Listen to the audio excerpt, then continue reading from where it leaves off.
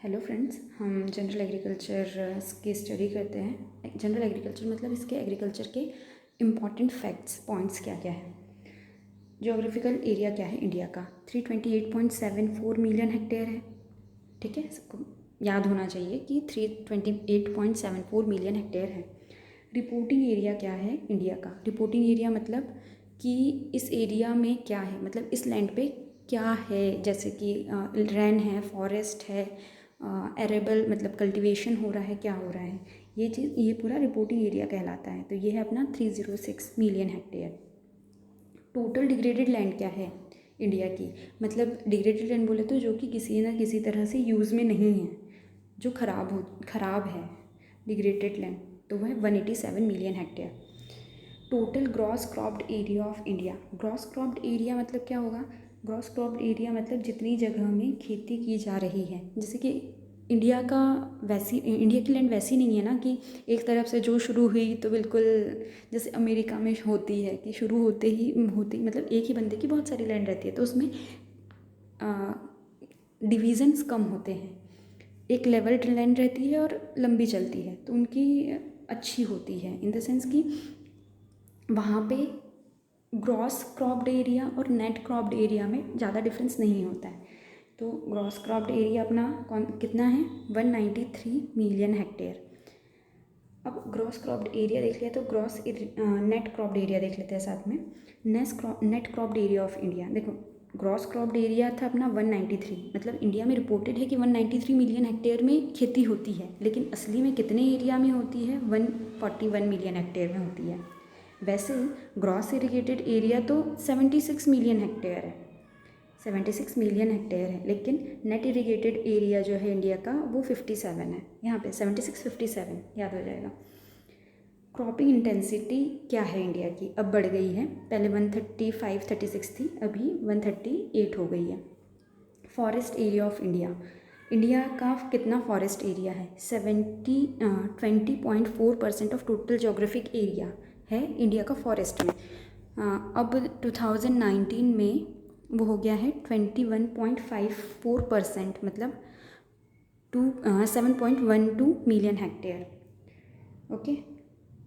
State which is having highest geographical area in India, कौन से state में India का सबसे ज़्यादा कौन सा स्टेट ऐसा है जिसमें जियोग्राफिकल एरिया सबसे ज़्यादा है इंडिया का। राजस्थान में है 10.41%। इसके बाद आता है एमपी।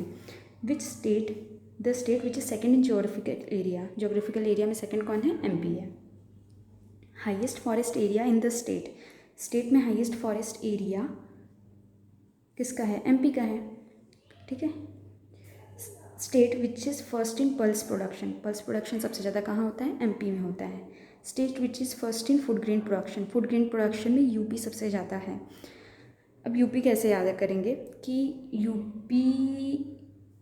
यूपी में सबसे ज़्यादा गेहूँ होता है, हाँ, और सबसे ज़्यादा प्रोडक्शन वो ग्रेन स्टोरेज का वेयर हाउस सबसे बड़ा जो है, सबसे ज़्यादा है, वो यूपी में ही है। इसका पॉइंट आएगा तब मैं याद दिलाऊंगी कि मैं क्या कहना चाह रही थी। ठीक है, मतलब फूड ग्रेन प्रोडक्शन सबसे ज़्यादा हो रहा है किसी स्टेट में, यूपी में। State which is first in total course serial production बोले तो मोटे दाने वाले ग्रेन्स सीरियल्स जो रहेगी वो राजस्थान में होंगे।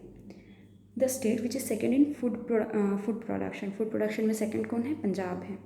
The state which is first in wheat production में यूपी है। और वही देखो, यहाँ से अपने को याद करने में ईजी रहेगा कि यूपी फर्स्ट है फूड ग्रेन प्रोडक्शन में, यूपी फर्स्ट है वीट प्रोडक्शन में। पंजाब सेकंड है फूड ग्रेन प्रोडक्शन में, पंजाब ही सेकंड है वीट प्रोडक्शन में। ठीक है। Water vapour in the atmosphere is constitute, देखो टोटल ग्लोबल वाटर का कितना परसेंट एटमॉस्फेयर में है, 0.001%। और वाटर वेपर का साइज़ भी यही होता है, 0.001 mm, है ना। तो इस मतलब याद करने में इजी रहेगा, आगे अपने को पढ़ने को मिलेगा कि हाँ इसका साइज़ कितना होता है। तो ग्लोबल वाटर का 0.001% एटमॉस्फेयर में होता है। Annual world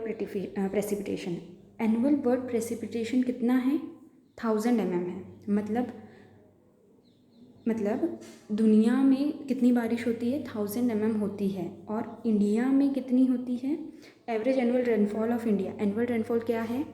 1000 mm per year world में, और 1194 mm पर ईयर इंडिया में। मतलब पूरा जितना वर्ल्ड रिसीव कर रहा है उससे ज़्यादा इंडिया में हो रही है। पूरा जितना वर्ल्ड रिसीव कर रहा है, एवरेज जो रेनफॉल है उससे ज़्यादा एवरेज रेनफॉल इंडिया की है। जनरेटेड रेनफॉल वॉल्यूम क्या है इंडिया का? 400 मिलियन हेक्टेयर पर मीटर। ठीक है।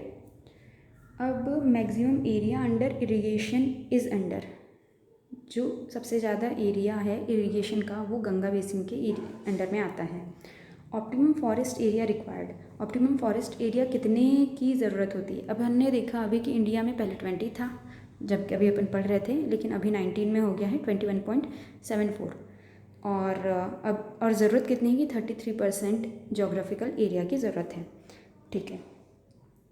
State heavy maximum area under drip irrigation, कौन सा स्टेट का सबसे ज़्यादा एरिया जो है वो ड्रिप इरीगेशन में है? महाराष्ट्र का सबसे ज़्यादा एरिया ड्रिप इरीगेशन में है। Highest fertiliser consumption rate, highest fertiliser consumption rate क्या है? Include state and union territories. अगर हम स्टेट्स और यूनियन टेरिटरीज़ को मिला के देखें तो हाईएस्ट फर्टिलाइज़र कंजप्शन रेट किसकी है? पुडुचेरी की है। कितना? 1091 kg पर हेक्टेयर। ठीक है। और यदि हम highest fertiliser consumption rate states में देखें तो वो है पंजाब की 212 kg per hectare. Total fertiliser consumption is maximum, यहाँ पे किसकी बात हो रही थी? हाईएस्ट फर्टिलाइज़र की, और यहाँ पूछ रहा है ये total fertiliser consumption is maximum in UP. Total fertiliser consumption मतलब पूरे, अगर स्टेट में किसी भी स्टेट का पूरा फर्टिलाइज़र कंजप्शन देखा जाए तो अपन ने डिफरेंट स्टेट का देख लिया, जैसे गुजरात हो गया, राजस्थान हो गया, यूपी हो गया, तो ऐसे पूरा इंडियन स्टेट का यदि देखा जाए तो वो होगा यूपी में। State having maximum area under irrigation, कौन सा स्टेट का मैक्सिमम एरिया परसेंटेज जो है वो इरिगेशन में है? पंजाब का है 92.7%, जो जितना भी कल्टिवेटेड एरिया है उसमें से 92.7% जो है वो इरिगेटेड है। ओके। अब यहाँ पे एक और पॉइंट मैंने क्या लिखा है?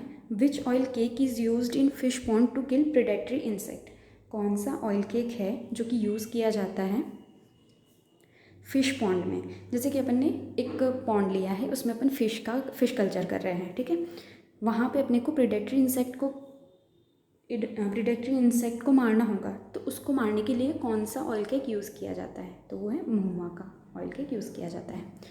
और 2 पॉइंट ऊपर लिखे हुए थे, study of gardening tree to make shade and shape, gardening tree को शेप दिया जा रहा है शेड के लिए, छाव के लिए अगर शेप दिया जाए उसकी स्टडी को अपन आर्बोरिकल्चर कहते हैं, आर्बोरिकल्चर। ठीक है। और online trading of agriculture commodity through which platform? E NAM. ठीक है। मतलब एग्रीकल्चर कमोडिटीज़ अपनी क्या हो गई? ग्रेन्स हो गए, फूड प्रोडक्ट्स हो गए, फ्रूट हो गए, ये सब ये ऑनलाइन ख़रीदा बेचा जा रहा है, तो उसका एक प्लेटफॉर्म